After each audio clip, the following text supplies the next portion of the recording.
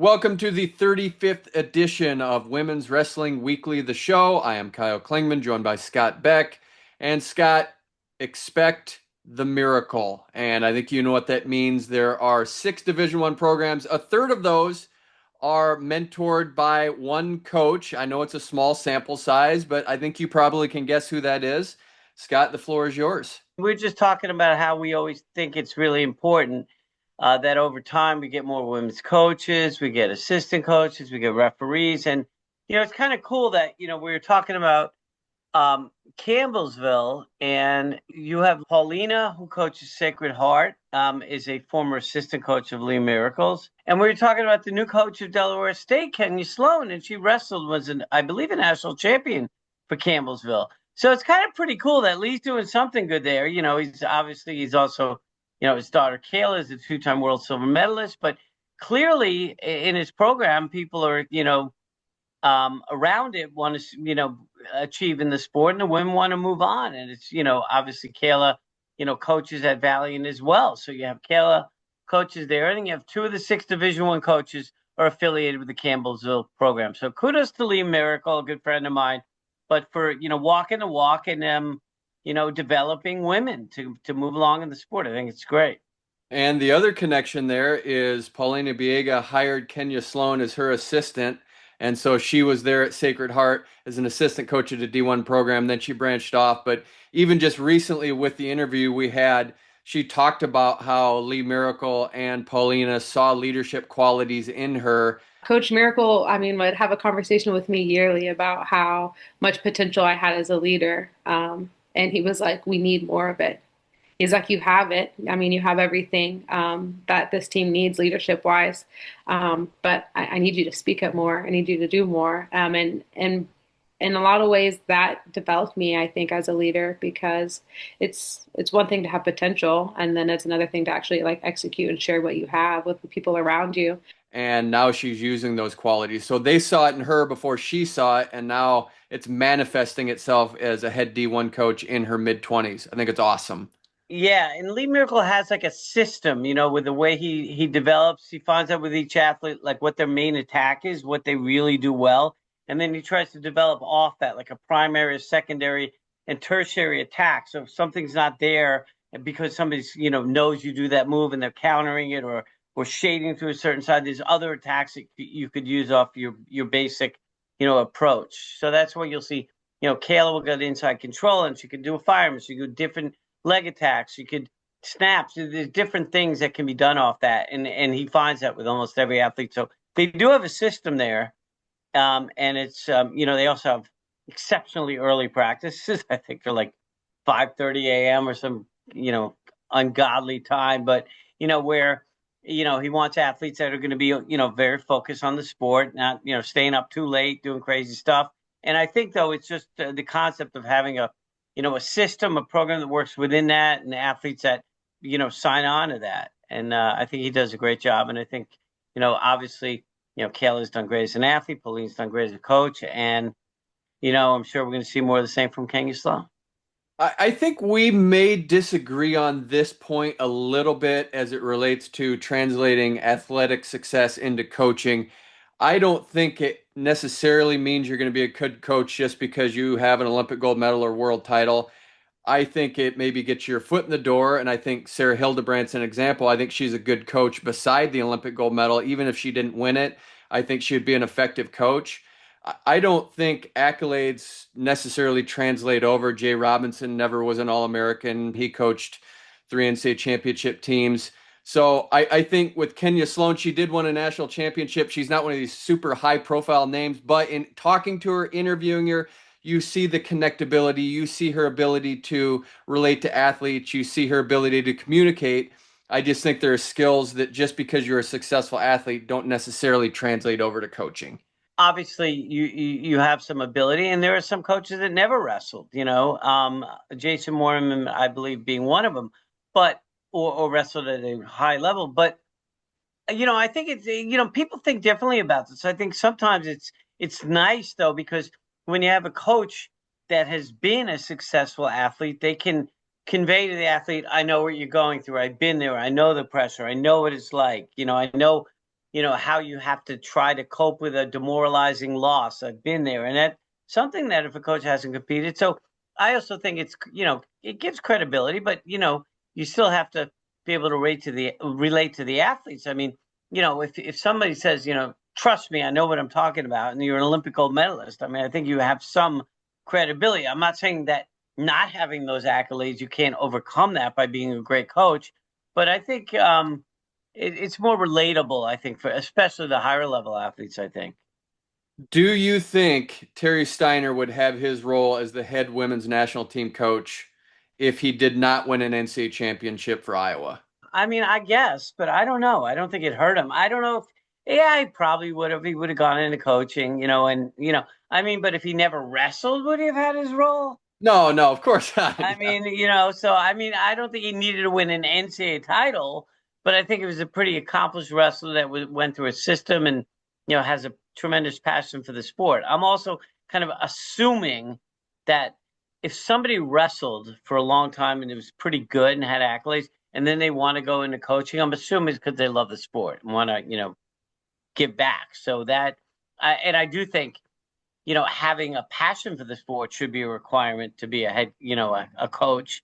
And I'd like to believe that it's a proven thing that somebody that's, wrestled, that wants to move on has some type of passion.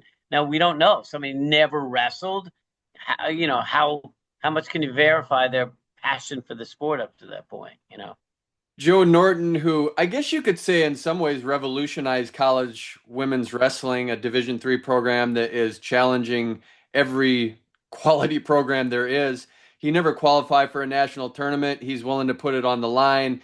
He allowed himself to go on film and get abused by Yelena McCoy to do a fundraiser. So there's just a relational piece that you see with Joe Norton where you say that guy has something special and I want to wrestle for that guy, even if I'm going to be paying $100,000 in student loans.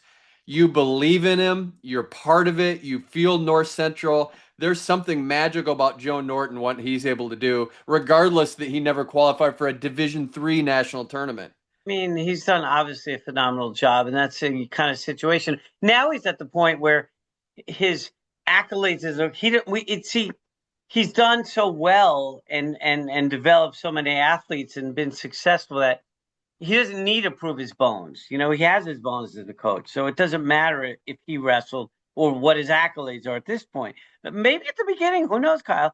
It might have been hard for him to get some recruits at first. Maybe it took a hump where he had to convince some people, and then it built on itself. I don't really remember the origins. I wasn't really focusing on it as much. I don't remember his first year, who he got in and how, but now he doesn't have to overcome that, but maybe he did at first. I'm not sure.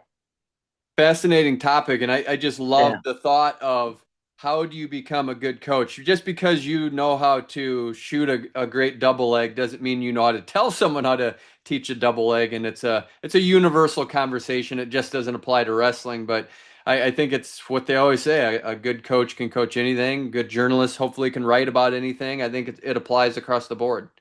Yeah, definitely. And with the college wrestling season coming up, the NCAA made its decision.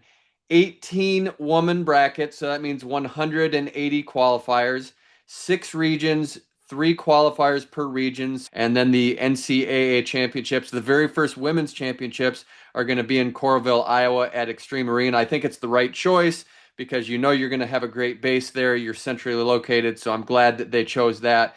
I wish they would have gone 21. I think Jason Bryant made a good point when you see the progression of the National Collegiate Women's Wrestling Championships and they got to 32.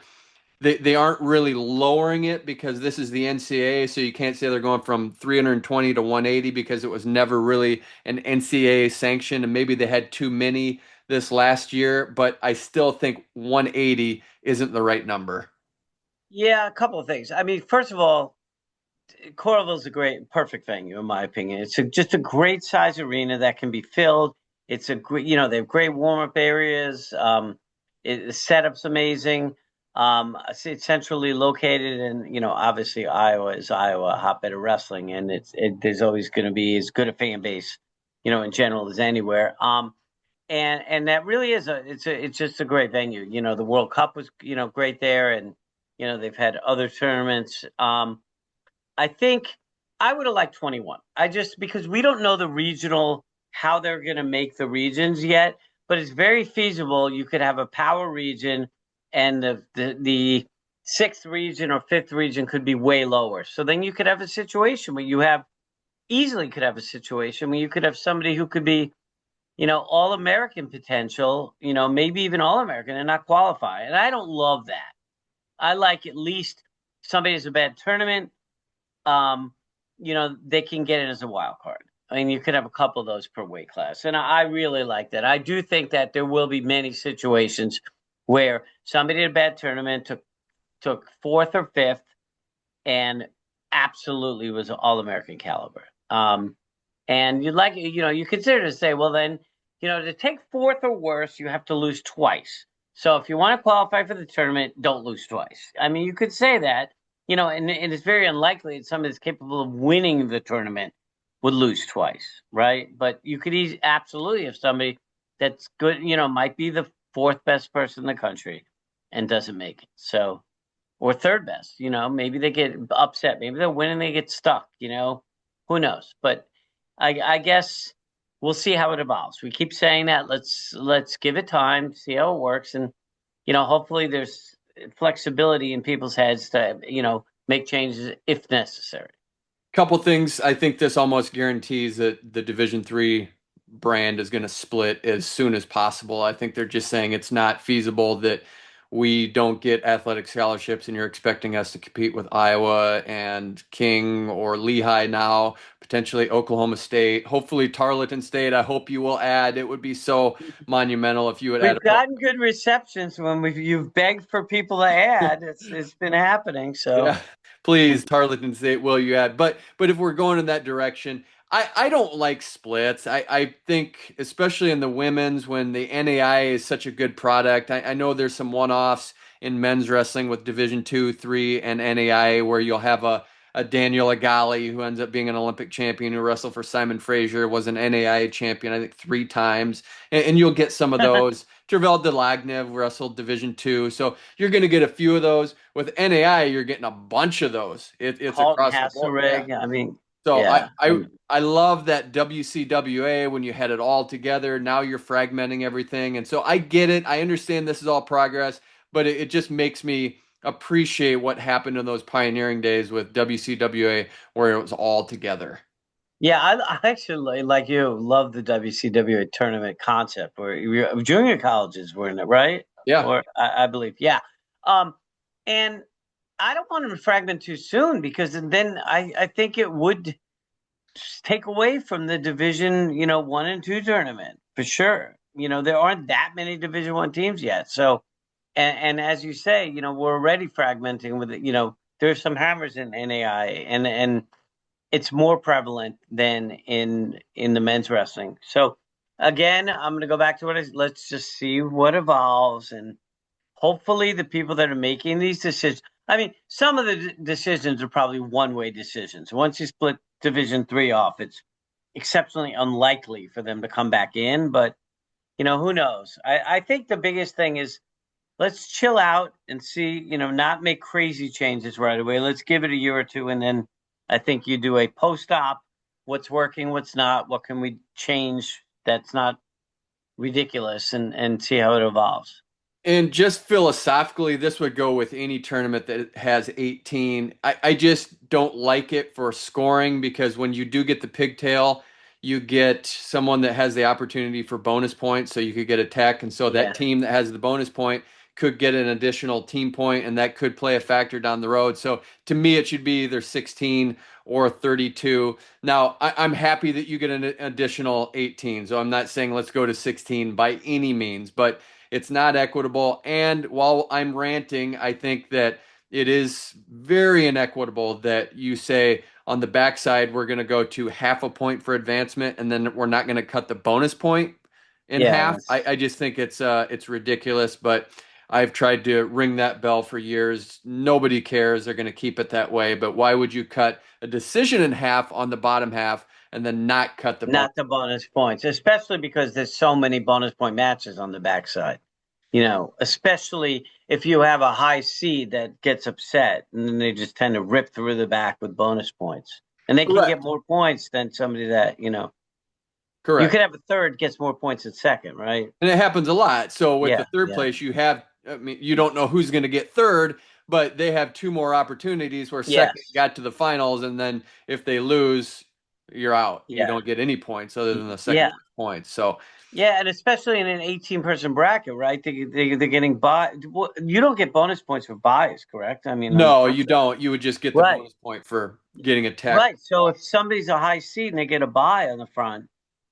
Yeah. And I don't know how they'll do buys. So yeah, just some little nitpicky things that happen in wrestling. It's more of a philosophical thing Yeah.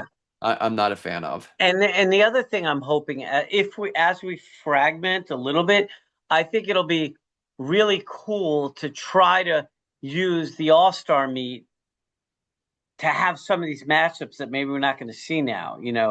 Like it could be NAI matches versus more of them. As we grow, you'll have more women's matches in the All-Star meet, and maybe you do it like NAI versus, you know, 1 and 2, or you do like if you do split at some point, you really try to do Division 3 versus Division 1 or 2, and like things where we can get to see matchups that, I mean, you can still see them at some of the open tournaments, but I think we're going to miss seeing matchups as we keep fragmenting. We are, and I think a couple of things. I think that's why, to me, the women's product is superior because you do get these opens. You get the North Central Open, you get the Women's Warrior Open, you get the Missouri Valley, you get the Yes. Grandview, and it's just this conglomeration of just great wrestlers. Whether it's someone from EAP in Colorado Springs, high schoolers, NAIA, NCAA, Yes. post collegiate, you get five different types of levels all in one. It really does feel like the way that the old Midlands was. Midlands, yeah, that's what you used to see all the time. Kerry Cola wrestling in Midlands, or the post grads just hammering. You'd have an NCAA champs just get annihilated by a post grad. So yeah, I mean that was great about Midlands, and we still have that. So that is what makes the product good in many ways. So we have a lot to look forward to. Like you say, let's take a deep breath. Let's watch what unfolds this upcoming season. It is a historic season, so we're not trying to detract from that, but it is fun to talk about the layers and what's going to happen in the future and where things go and what programs are there. Really, when it comes to the D3 split, it affects North Central the most because they've been there. Absolutely. They won it in 2023. They've pushed Iowa in 2024. They actually led Iowa after day one this past season. So to have a Division 3 program that's battling these top tier programs, Joe wants to battle the best. He said that. I don't care if we ever win a championship. I just want to test myself against Iowa, Lehigh, Grand Valley State, the Yeah. best. And I think he's going to have a decision to make if he wants to continue to do that. Yeah. We have the teams in for the United States, of course. We just had Final X, but we almost have the Canadian team, and we'll go into that. But then Japan's team was set, and guess what, Scott? Some Olympic champions are not on the team. No Yui Sasaki, no Akari Fujinami, no Sagami Sakurai, and no Yuka Kagami on the 2025 world team. And guess what? They're still the overwhelming favorite. Yeah, they're pretty solid top to bottom. We can go through the lineup just very quickly. But there's a couple of youngins and a lot of very experienced wrestlers and a lot of world champs. So, you have Ramina Yashimoto at 50. I guess Yui is taking a little time off. Yashimoto is a world champ. She competed. She beat Umi Ito in a close match. I think she's 8 or 9-0 against her lifetime, but they're getting close. Ito is very solid. Very solid. And she'll be very solid in the age group stuff at 50 And for just as Japan. an aside on Ito, she was the one that lost to Sage Mortimer and the U23 semis. Was Yeah, up she and got then stuck. back in. It was a Yep. great job by Sage. It was a major upset. She was losing, and Ito's very good, as is Yoshimoto. You have Haruna. I call her Akuno, but it's really Moriyama now. So she got married. Akuno was a senior world champion. She won every age group, cadet, junior, U23, but she was a senior world champ at 19, or I think 19 years old. I think she won in 2018. She was 19. Then won in 20. So she was 55, went down to 53, won it. And then she kind of got beat by Maya Makida. Didn't make it for a number of years. And like 5 years later, I think 23 won a world title at 55. And then she did something very courageous, actually. And there was an interview that she did on UWW where she won the first tournament. So you have to win 2 tournaments, the Emperor's Cup and the Meiji Cup. If you win them both, you're on the team. If you win one, lose one, then you have a wrestle off for the person who won the other one. So she won the first one. I think the first one's the Emperor's Cup. I always get them mixed up, the order. The Emperor's and the Meiji. I forget which one they just had. Anyway, she won at 55. So if she could beat at 55 and she loses, then she had another chance to at least wrestle off. Instead, she said she wanted to compete again and win a world title in Olympic weight. She went down to 53. But in Japan, what going down to 53 entailed was beating what seemed to be the new heir apparent at 53, which is Kyuka, who won the Worlds at 53, whose brother was the Olympic champ at 65 for men. And she also had to beat Makida. So she went down a weight, had to beat a multiple world champ and Olympic gold medalist and the current world champ. And that's a lot of risk to take, and she did it. And she had to beat Kyuka twice because she beat Makida, got to Kyuka, beat her in the finals, and had to wrestle because she won the first one in a wrestle. So that was a very courageous move. And she said to her, I mean, we don't look at it. I don't look at it this way. I don't really look down on a non-Olympic weight as a world title. To me, you win a world title, you win a world title. And there's good people at all the weights. They kind of do a little bit. And she's like, I want to challenge myself. I want to win another world title at an Olympic weight. So that was courageous, whatever you want to call it. Good for her. I admire that. 55 then, which was open with Sawaka Uchida, who's a hammer. She's a junior world champion. She won the senior Asians, I believe. So she's going to be good, but she's one of the young ones. 57, you have Takuhara, who wrestles a very interesting style, a very upper body style, a very non-Japanese style of wrestling. But she's a U23 world champ. She's very good. She beat Sai Nanjo to make the team, and she's good. 59, you have Sakura Anishi, who is really good. She actually won the senior Asians. I might have gotten it wrong, but she's a U20 world champ. She's really good and just was really tough. Then you have at 62 Matoki, who's yet to win a world title. She's won an Olympic title and every age group world title. But so this year she's going to try to win the world title so she can, go for that Golden Slam. I think she's won all the age groups, so many of them. Miwa Morikawa at 65 is a world champ, U23 world champ. Ami Ishii's the reigning world champ, Olympic bronze, I believe. And then you have Masako Fiorucci, who hasn't hasn't won a world title in a while, but she is a senior world champ. 3 cadets, 3 juniors, a U23 and a senior. And then the only one at 76 is Nodoko Yamamoto, who has not won a world title at any age group and is kind of young and less accoladed. So she'll be the weak link on that team. In theory, the couple of the less accoladed ones, Uchida and Onishi, don't sleep on them. They're both very good. And then you have a lot of existing world and multiple age group world champions. So it's going to be a very solid team.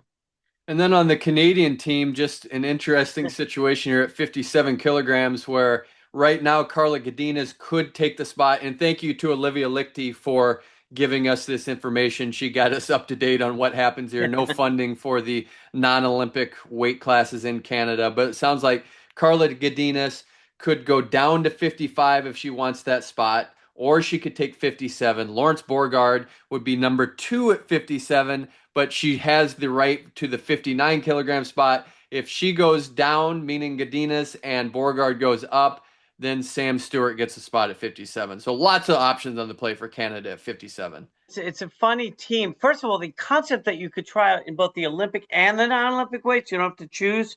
You can do both, maybe because of what they with the funding. But now, if you're Godinez, what do you do? So you made the team at 57. You're world medalist at 53, I believe, right, Kyle? World bronze at 53, I think. Was it 55? 50. Okay. So you're world medalist at 55 already. Go up to 57. It's an Olympic weight, but it's a tough weight. it will be a lot tougher to medal Godinez. So I'm not saying she can't, but it's a lot tougher weight to medal at 57 to 55 for sure. So does she go 55 where she feels better? Then if she goes 50, she could go. You could have a scenario though where Godinez goes down to 55. Borgard, for some reason, feels she's better at 59, maybe has a better chance of medaling. I mean, she's actually won 4 Pan Am gold medals, Borgard. She's made a couple world teams, one at least, maybe 2. Not medaled yet, but she's tough. She's very good lace from any position. But you could have a situation where Sam Stewart's a number 3 and she goes. I mean, but they'll have a good team. I mean, Maddie Parks is very experienced. De Benedetto's young, but a U23 world medalist. Obviously, at 62, Godinez beaten everybody or wrestled hard. I mean, she has good wins. And again, that's the way we always talk about where there's 8 people that can win a world title or top 2 or 3. I mean, it's just so deep. And Olivia DeBacco is a world medalist. So they'll have a solid team, and then what happens in the non-Olympic weights is really going to be dependent on what how people move around and play musical chairs. It's a funny system, and I don't love it. Concept that you don't get funding for the non. I'd rather see them spread the funding around a little bit. Maybe give the Olympic weights less, or maybe they have to raise money. Or come on, Canada, raise money. I can't believe it. They have such a good wrestling tradition, and non-Olympic weights are real weight classes, and sporadically they can be tougher than the adjacent Olympic weight. It just normally not in the Olympic year, but in the years preceding, as people are still jockeying around, you can see that. So I don't know about that, to be honest with you. Scott, we'll end with this. I'm biased. I have my favorites. 2 of those are from Canada. Maddie MacKennzie made a U23 world team, and Olivia Lichti, who we just mentioned, also made a U23 world team. Good. She is the next generation of women's journalism. I'm convinced of that. So if she ever wants to take that lane over, it's hers. She is a great asset, knows the history, and I hope she stays in the sport long term. Yeah, I mean, I literally, when you said, literally, I said to you, I'm reading these results and remembering the other results, and I said, Kyle, I don't know what is going on here. I do not understand. And then you asked Olivia, and she gave you some feedback, which you shared with me, which allowed me to sleep the other night because I would have been rolling in bed trying to figure out what they're going to do.